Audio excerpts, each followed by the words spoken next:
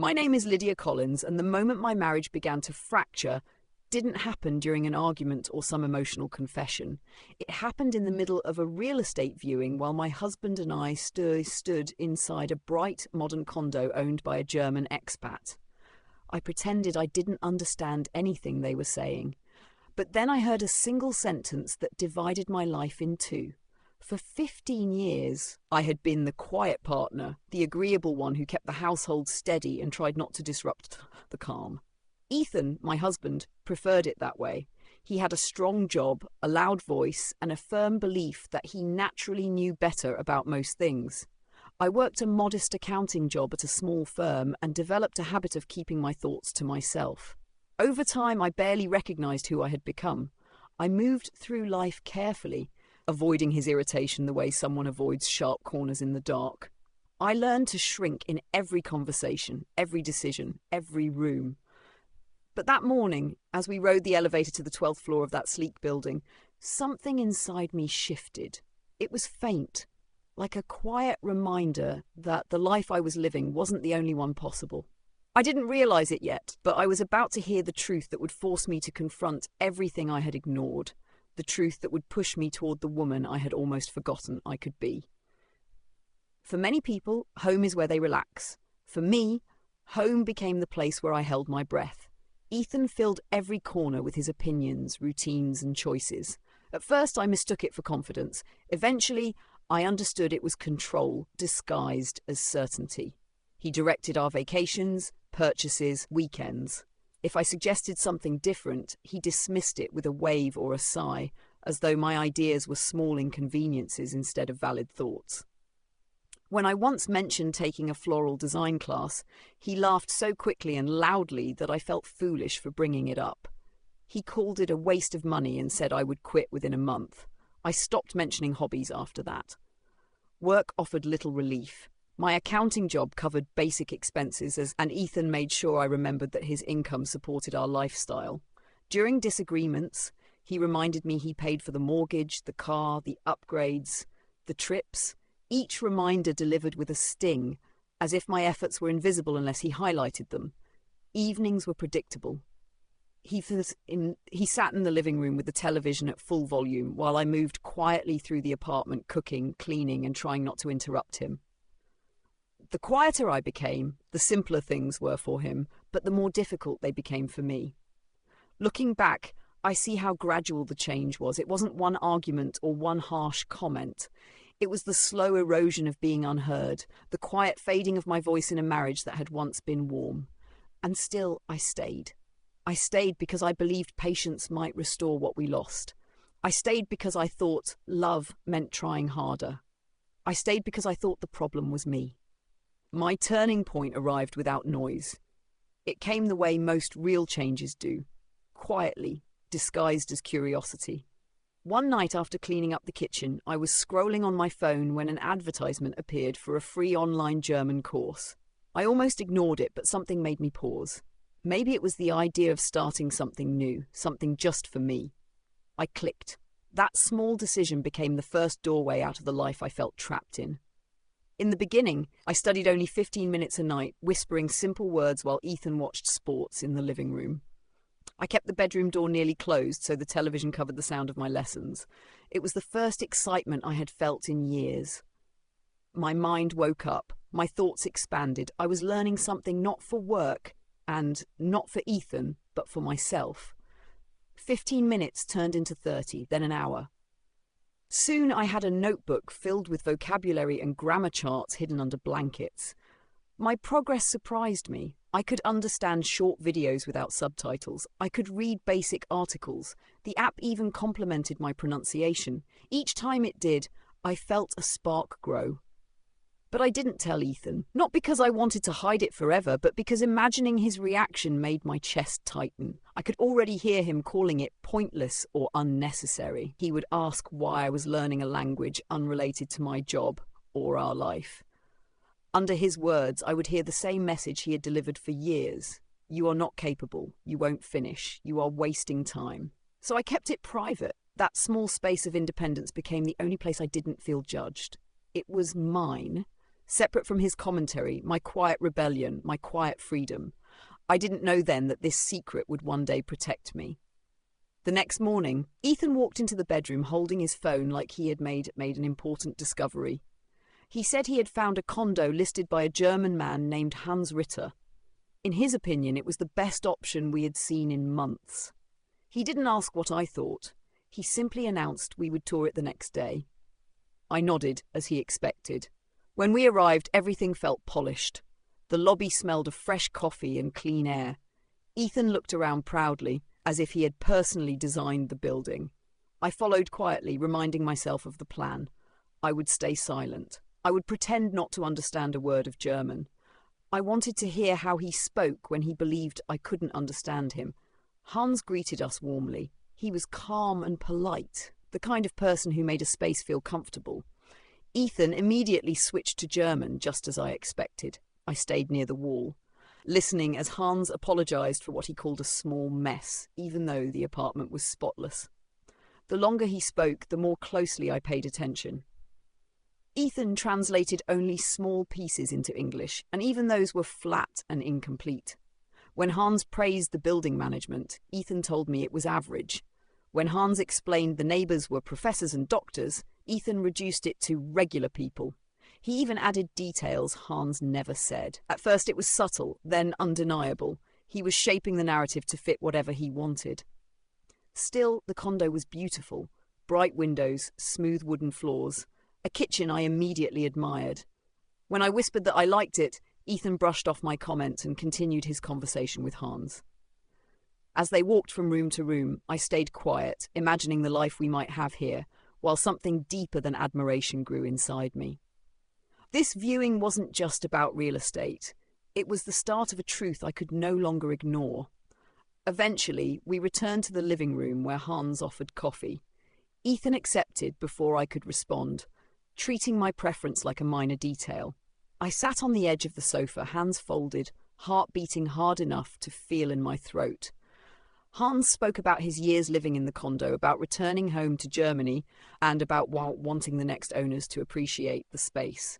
Ethan translated almost none of it, reducing every thoughtful sentence into a few clipped words. Then the conversation moved to paperwork. Hans explained that sometimes properties were initially registered under one spouse to simplify the process. It was common and not unusual. Then he asked Ethan directly whether he wanted to consider that option. What happened next was the moment everything broke open.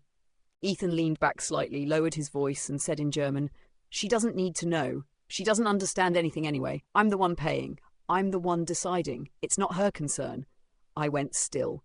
My hands felt cold, and the cup in my grip shook. Each word cut deeply. Not my concern, not my home, not my future, not my life. I stared at the floor while Ethan continued speaking with calm confidence, unaware that the woman beside him could feel the foundation of her marriage slowly separating.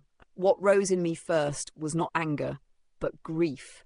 The kind that comes when you realize someone you trusted never considered you an equal. For years, I had believed I needed more patience, more kindness, more effort, but now I understood the truth. My voice had never mattered to him. And once you hear that, you cannot pretend otherwise. The drive home was unusually quiet.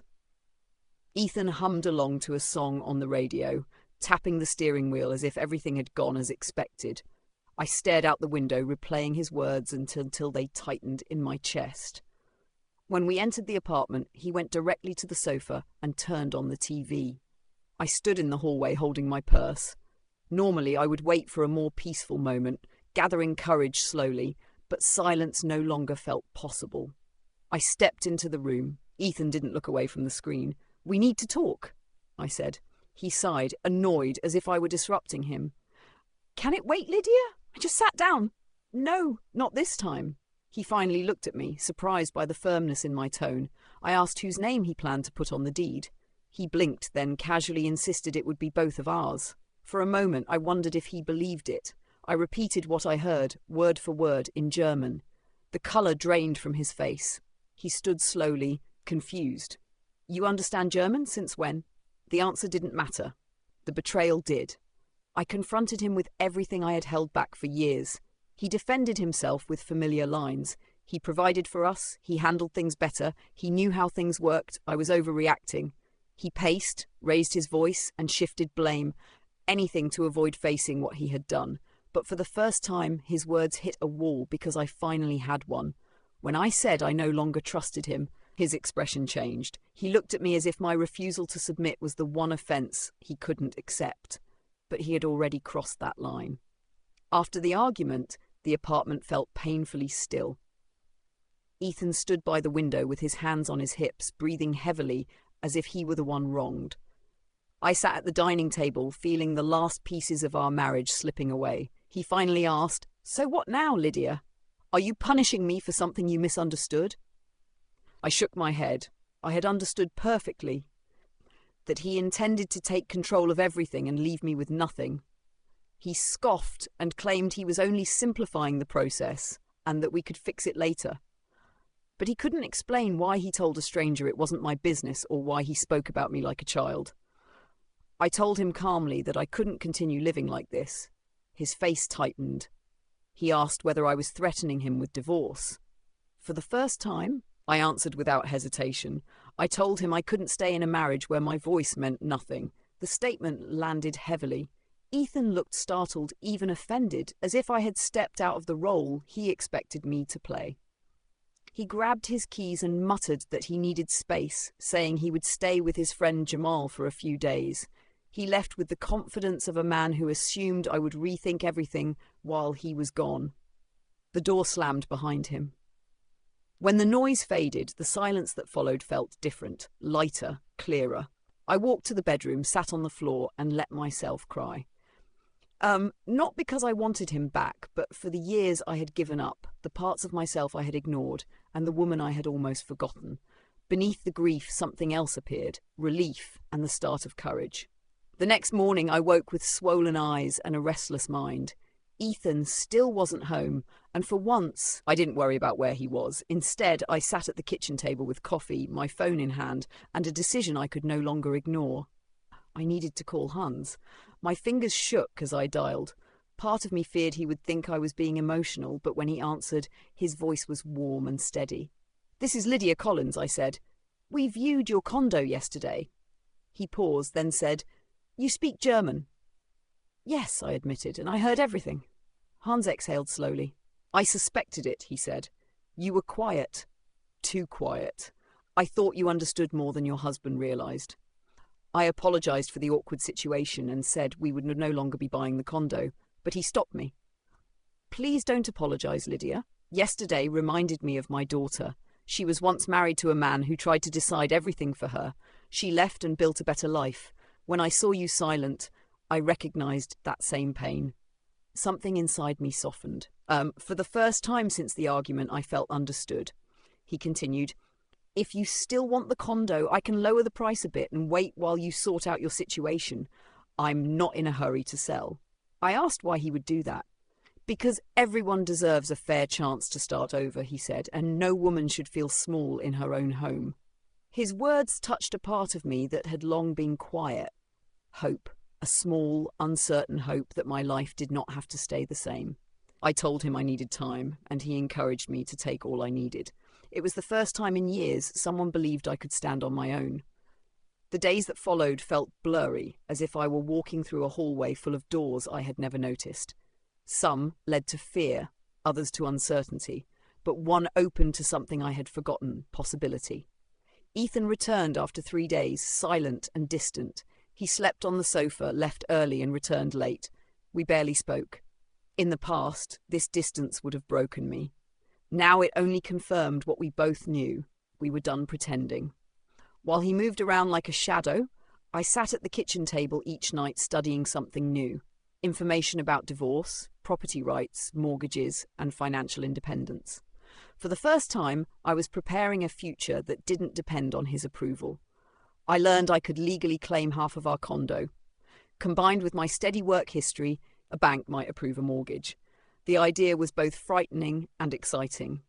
I had never made a major decision alone, but each article, each calculator, each story from women who rebuilt their lives strengthened me. Then, almost as if the universe wanted to challenge me, I came across a job posting. An international company needed an accounting specialist to support its European branches. German required. My heartbeat quickened. I sent in my application before I could second-guess myself. The interview happened quickly. I sat across from the hiring manager and spoke confidently in the language I once treated as something private. When she smiled and said, "Impressive, we need people like you here," something in me lifted. A week later, I was offered the position, higher pay, better benefits, and a clearer future. For the first time in a long while, I felt like I had opened a door that finally belonged to me. As the divorce paperwork began to move forward, the weight on my shoulders started to lighten. Ethan and I agreed to divide the condo, and he offered to buy out my share. It was the most reasonable approach, and for once, there was no conflict. When the transfer was complete, I held the check for a long moment, letting the feeling settle. Security, independence, and the start of solid ground beneath me.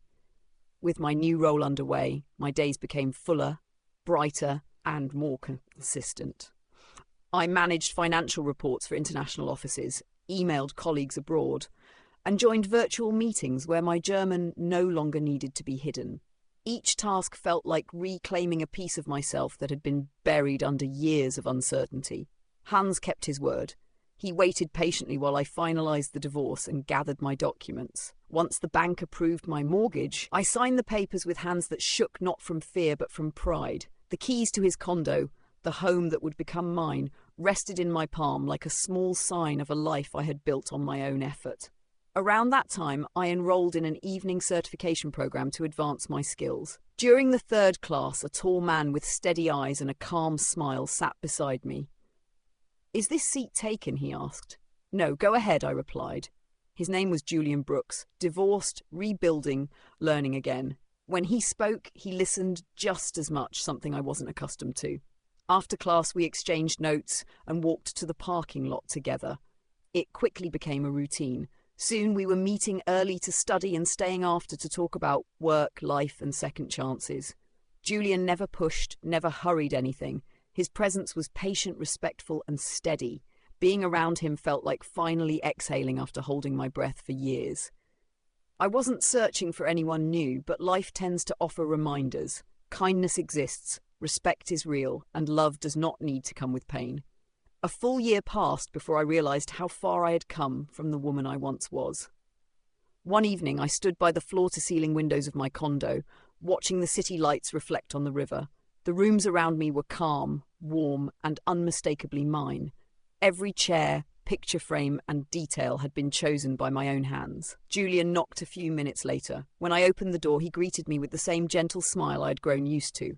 We sat on the balcony with 2 glasses of wine, the sunset softening into gold. He reached for my hand, not to direct but to connect, a simple, steady gesture.